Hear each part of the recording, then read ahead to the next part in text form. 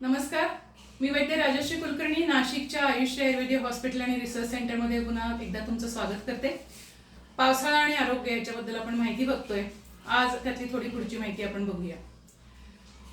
पावसाळ्यामध्ये खूप पाऊस झाला आणि सगळीकडे ओलचिंब झालं की हवेमध्ये गारवा वाढतो आणि मग गारवा वाढला की शरीरातला वातदोष देखील वाढतो। हा वातदोष वाढला की तो कमी करण्यासाठी आपल्याला प्रयत्न करावे लागतात, नाहीतर मग अंग दुखणं, सांधे दुखणं यासारखे त्रास आपल्याला सुरू होऊ शकतात। आणि त्यासाठी आयुर्वेद सांगतो की आंबट रसाचा प्रयोग जर आपण केला तर त्याचा आपल्याला चांगला उपयोग होऊ शकतो।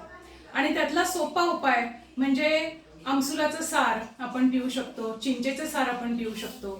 आणि आपल्या नेहमीचा व्यवहारातला पावसाळा सुरू झाल्यानंतर आपण जो मार्ग अवलंबतो तो अतिशय उत्तम आणि शास्त्रीय आहे, ते म्हणजे लोणचं। आंब्याचं लोणचं आपण पाऊस पडला की घालतो आणि मग आपण ते खायला सुरुवात करतो। त्यावेळेला आंबट रसाचा आपल्या शरीरामध्ये वात कमी करण्यासाठी उपयोग होतो। प्रॉब्लेम एवढाच आहे की लोणचं हे लोणच्याच्या मात्रेतच खाल्लं गेलं पाहिजे, म्हणजे एक किंवा जास्तीत जास्त 2 फोडी लोणच्याच्या आपण खायला पाहिजे। काही जण लोणचं आवडतं आणि सुरुवातीला ते मसालेदार चटपटीत छान लागतं म्हणून खूप मोठ्या प्रमाणात भाजीसारखा लोणच्याचा वापर करतात, ते अतिशय चुकीचं आहे।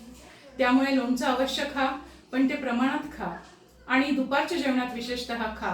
रात्रीच्या जेवणामध्ये तुम्ही गरम गरम ह्या प्रकारचं सार घेऊ शकता, टोमॅटोचं सूप घेऊ शकता किंवा मिक्स भाज्यांचं सूप पिऊ शकता, जेणेकरून आपल्या शरीरातला वात नियंत्रित राहील। आणि यासाठीच जे काही आम्लरसाचे वेगवेगळे प्रयोग सांगितलेले आहेत ते जर आपण केले तर आपल्याला हा वात नियंत्रित ठेवून पावसाळा छान आनंदात घालवता येईल। धन्यवाद।